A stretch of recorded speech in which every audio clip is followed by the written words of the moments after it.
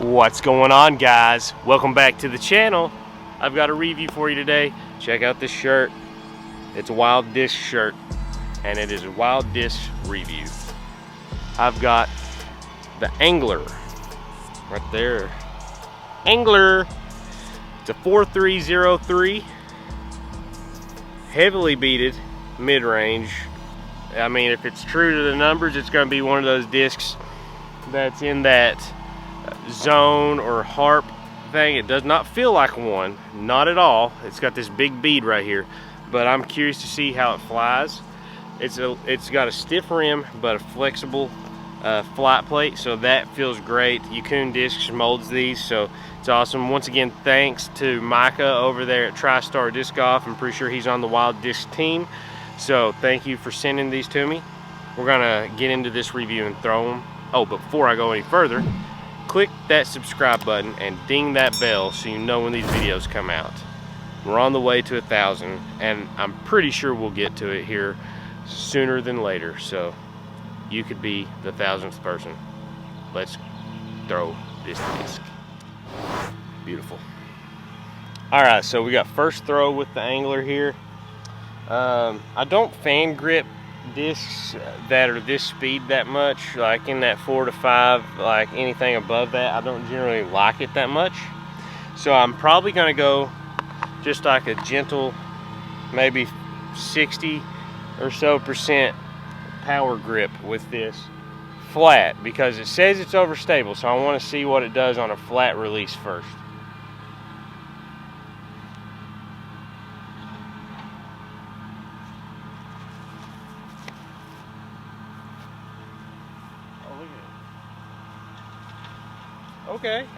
Okay.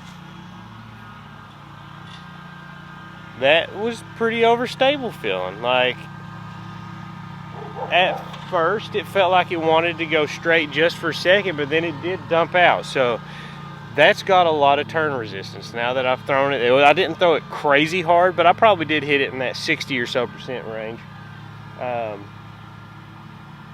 I can't guess how far it's going to be. If I have to, it'll probably be in that like 230 range, 220.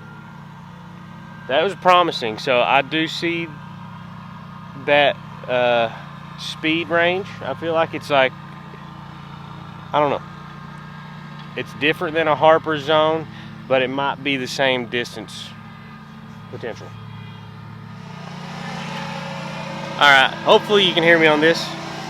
That first throw was 232 feet, so I wasn't very far off with my guess. Now I'm gonna go power grip, but I'm gonna hit this in even harder, flatter, just to see what distance there is. Wow, this wind's completely different than it usually is out here. We got a crazy strong right to left. It's usually a tailwind, so let's hit this flat and a little bit harder.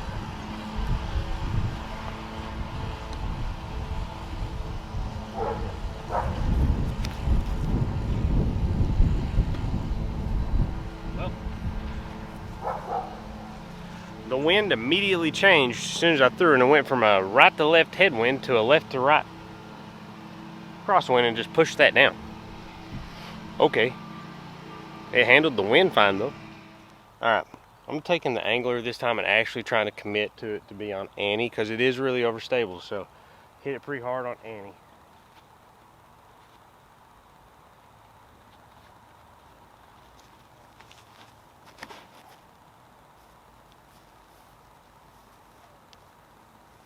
Okay.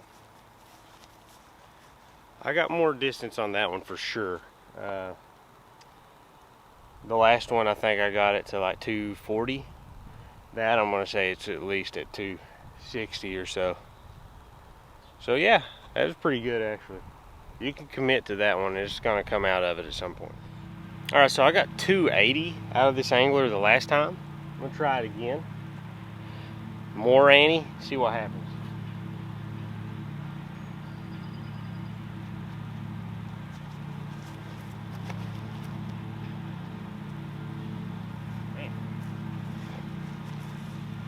It will fight out of that angle. That's pretty overstable. Pretty doggone overstable. All right, we're taking the angler. I'm just hitting this on a hard hyzer just to see, just to change it up.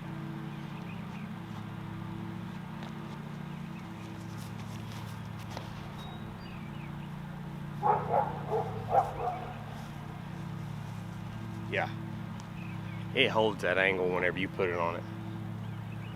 That is an overstable disc. That's a nice flying disc. All right, so the angler on a forehand line, because I know a lot of people would be flicking this too, so we're just gonna give it one flick.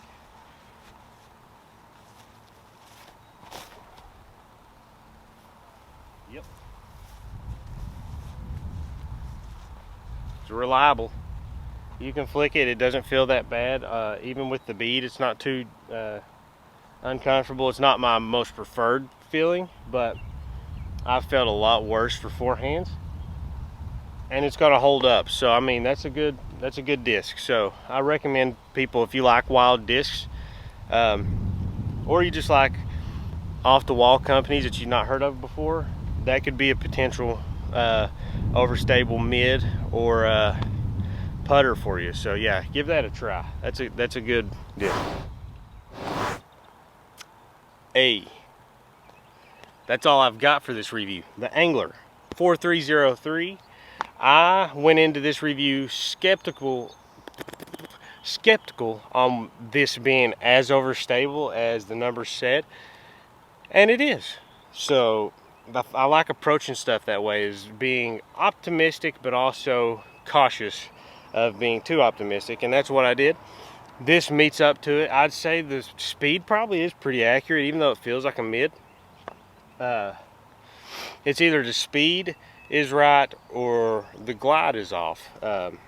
Either way, it flies how you would expect it, because other 4303s feel different than this, but the distance is about the same, because I think I got around 280, 290 out of this. My yarns, that's about what I'm getting. Zones, pretty close to what I'm getting to in that range. So of course, when discs beat up, they go further and further, pretty much. So I would expect that with this, but solid disc.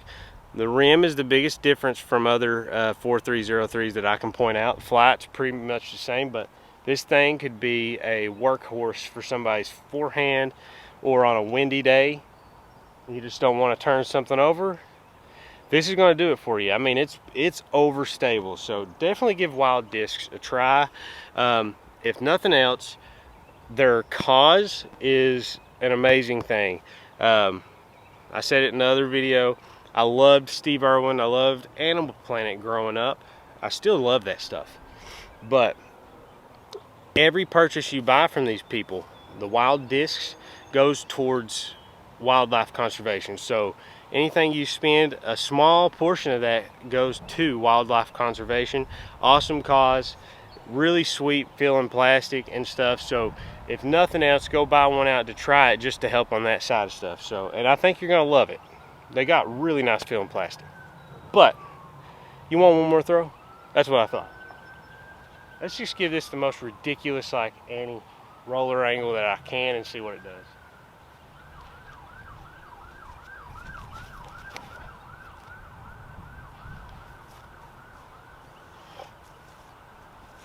I hit my boobie, but it still fought out.